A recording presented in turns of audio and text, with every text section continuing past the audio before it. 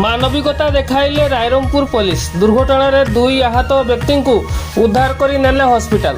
Rairangpur police मानविकता देखाई दुर्घटना गुरुतर भाव आहत होता दुई जन व्यक्ति को उद्धार कर चिकित्सा निमंते हॉस्पिटल में भर्ती कराई जहाँकि पुलिस मानविकता मूल्यबोधर एक उदाहरण भाव सामना को आसी।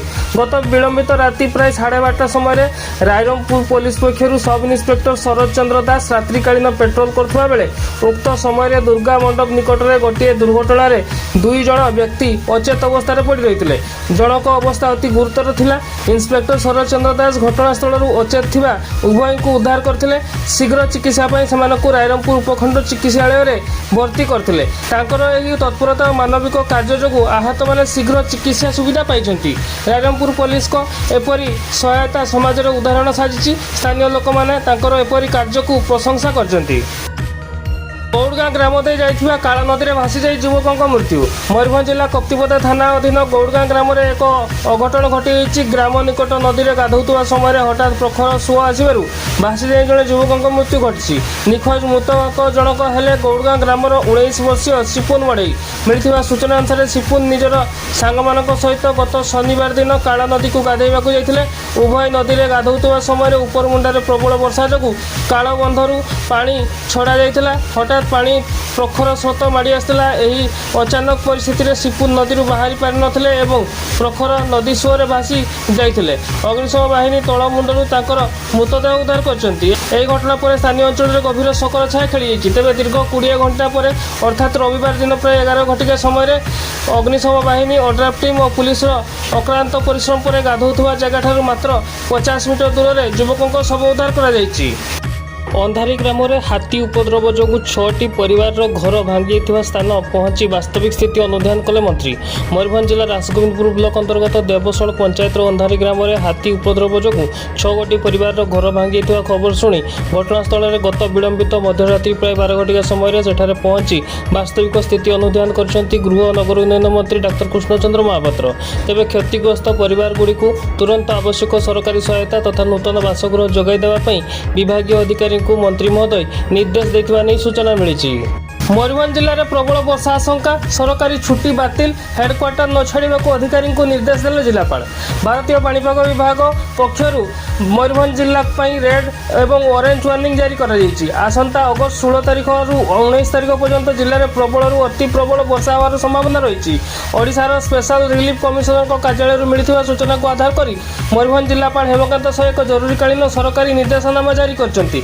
एही स्थिति को दृष्टि रखी जिलार समस्त सरकारी कर्मचारी और अधिकारी मानकर छुट्टी बातिल कर जिला स्तरीय अधिकारी, सब डिविजनल स्तरीय अधिकारी, ब्लॉक और तहसील स्तरीय अधिकारी एवं लाइन डिपार्टमेंट समस्त कर्मचारी को निज निज अंचल में सतर्क रहा कहुई। क्षमता प्राप्त अधिकारी बिना अनुमति रे केही भी निजर हेडक्वार्टर छाड़ी पारे ना बोली जिलापाल कड़ा निर्देश देते। यही नियम में कौन भी व्यतिक्रम हेले ताहाको गंभीरतार सह नियाजिबो बोली चेतावनी दी जाए। जिला प्रशासन पक्षर एक चिठी माध्यम रविवार संध्या प्राय 7:30 समय बाबद सूचना दी।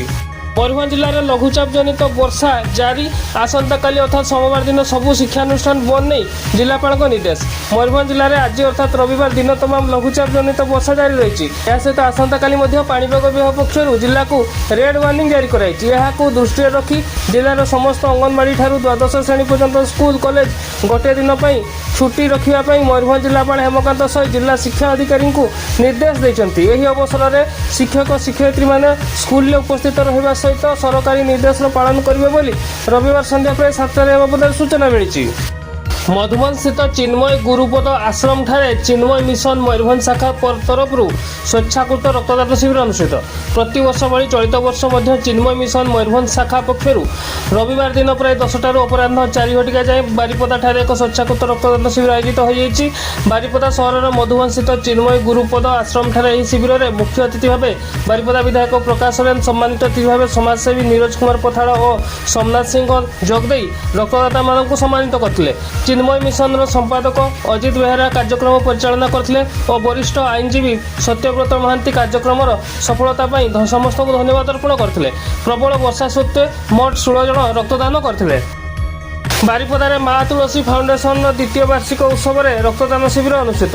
ବାରିପଦାସ୍ଥିତ ସାମାଜିକ ସଂଗଠନ ମା ତୁଳସୀ ଫାଉଣ୍ଡେସନ ପକ୍ଷରୁ ଏହାର ଦ୍ୱିତୀୟ ବାର୍ଷିକ ଉତ୍ସବ ଅବସରରେ ଏକ ମହତ୍ ରକ୍ତଦାନ ଶିବିର ସଫଳତାର ସହିତ ଆୟୋଜିତ ହୋଇଯାଇଛି। ସେବା ହିଁ ଆମର ପରିଚୟ ଏବଂ ବୁନ୍ଦାଏ ରକ୍ତ ଅନ୍ୟ କାହାରି ଜୀବନ ଆଦର୍ଶରେ ଅନୁପ୍ରାଣିତ ହୋଇ ସଂଗଠନ ପକ୍ଷରୁ ଏହି ମାନବୀୟ ପ୍ରୟାସ କରାଯାଇଥିଲା। ଏହି ରକ୍ତଦାନ ଶିବିରଟି ସ୍ଥାନୀୟ ଜିଲ୍ଲା ମୁଖ୍ୟ ଚିକିତ୍ସାଳୟର ବ୍ଲଡ ବ୍ୟାଙ୍କ ପରିସରରେ ସକାଳ 8ଟାରୁ ଅପରାହ୍ନ 3ଟା ଯାଏଁ ଚାଲୁ ରହିଥିଲା। ଶିବିରରେ ବହୁ ସଂଖ୍ୟାରେ ସ୍ୱେଚ୍ଛାସେବୀ ଓ ଯୁବକମାନେ ଯୋଗଦେଇ ସ୍ୱତଃସ୍ଫୂର୍ତ୍ତ ଭାବେ ରକ୍ତଦାନ କରିଥିଲେ। ସଂଗଠନର କାର୍ଯ୍ୟକର୍ତ୍ତାମାନେ ରକ୍ତଦାତାଙ୍କୁ ଉତ୍ସାହିତ କରିବା ସହିତ ଆସନ୍ତୁ ଆମେ ସମସ୍ତେ ରକ୍ତଦାନ କରିବା ଓ ଅନ୍ୟର ଜୀବନ ବଞ୍ଚାଇବା ବୋଲି ସମାଜକୁ ବାର୍ତ୍ତା ଦେଇଥିଲେ। ବ୍ଲଡ ବ୍ୟାଙ୍କର କର୍ମଚାରୀମାନଙ୍କ ସହଯୋଗରେ ସମସ୍ତ ରକ୍ତ ସଂଗ୍ରହ କାର୍ଯ୍ୟ ସୁଚାରୁ ରୂପେ ସମ୍ପନ୍ନ ହୋଇଥିଲା। ଭୁଆଶୁଣିର ପୁରୁଷୋତ୍ତମପୁର ଗ୍ରାମଠାରେ ଫୁଟବଲ ପ୍ରତିଯୋଗିତା ଆୟୋଜିତ, ପୂର୍ବତନ ମନ୍ତ୍ରୀଙ୍କ ଯୋଗଦାନ। ମୟୂରଭଞ୍ଜ ଜିଲ୍ଲା ବାଙ୍ଗିରିପୋଷି ବ୍ଲକ ଅନ୍ତର୍ଗତ ଭୁଆଶୁଣିର ପୁରୁଷୋତ୍ତମପୁର ଗ୍ରାମଠାରେ ରବିବାର ଦିନ ଫୁଟବଲ ପ୍ରତିଯୋଗିତା ଆୟୋଜିତ ହୋଇଯାଇଛି। ଏହି ଅବସରରେ ସେଠାରେ ମୁଖ୍ୟ ଅତିଥି ଭାବେ ବିଜୁ ଜନତା ଦଳର ଜିଲ୍ଲା ସଭାପତି ତଥା ପୂର୍ବତନ ମନ୍ତ୍ରୀ ସୁଦାମ ମାରାଣ୍ଡି ଯୋଗ ଦେଇ ସଂଗଠକଙ୍କ ସହିତ ସମସ୍ତ ଖେଳାଳିଙ୍କୁ ଉତ୍ସାହିତ କରିଥିଲେ। ଏନେଇ ଆଜି ସନ୍ଧ୍ୟା ପ୍ରାୟ 6 ଘଟିକା ସମୟରେ ଏ ବାବଦରେ ସୂଚନା ମିଳିଛି। ଠାକୁରମୁଣ୍ଡାଠାରେ ଭାରତୀୟ ଜନତା ପାର୍ଟିର ନୂତନ କାର୍ଯ୍ୟାଳୟ ଗୃହର ଶୁଭ ଉଦ୍ଘାଟନ କଲେ କରଞ୍ଜିଆ ବିଧାୟକ। ଆଜି ଅର୍ଥାତ୍ ଶନିବାର ଅପରାହ୍ନ ପ୍ରାୟ 4 ଘଟିକା ସମୟରେ ମୟୂରଭଞ୍ଜ ଜିଲ୍ଲା ଠାକୁରମୁଣ୍ଡାଠାରେ ଭାରତୀୟ ଜନତା ପାର୍ଟିର ନୂତନ କାର୍ଯ୍ୟାଳୟ ଗୃହର ଶୁଭ ଉଦ୍ଘାଟନ କାର୍ଯ୍ୟକ୍ରମ ସଫଳତାର ସହିତ ସମ୍ପନ୍ନ ହୋଇଯାଇଛି। ଏହି ଅବସରରେ ବିଜେପି ଦଳର ସମସ୍ତ ନେତୃବୃନ୍ଦ, ନିଷ୍ଠାପର କାର୍ଯ୍ୟକର୍ତ୍ତା ଓ ସ୍ଥାନୀୟ ଜନସାଧାରଣଙ୍କ ଗହଣରେ ଉପସ୍ଥିତ ରହି ଏହି ନୂତନ କାର୍ଯ୍ୟାଳୟକୁ କରଞ୍ଜିଆ ବିଧାୟକ ପଦ୍ମଚରଣ ହାଇବ୍ରୁ ଜନସଭାରେ ଉତ୍ସର୍ଗ କରିଥିଲେ। ଏହି ନୂତନ ଅଫିସ ଆଗାମୀ ଦିନରେ ଅଞ୍ଚଳର ବିକାଶ, ସଂଗଠନର ମଜବୁତି ଏବଂ ସାଧାରଣ ଲୋକଙ୍କ ସମସ୍ୟାର ସମାଧାନ ପାଇଁ ଏକ ମୁଖ୍ୟ କେନ୍ଦ୍ରବିନ୍ଦୁ ପାଲଟିବ ବୋଲି ବିଧାୟକ ମହୋଦୟ ନିଜ ବକ୍ତବ୍ୟରେ କହିଛନ୍ତି।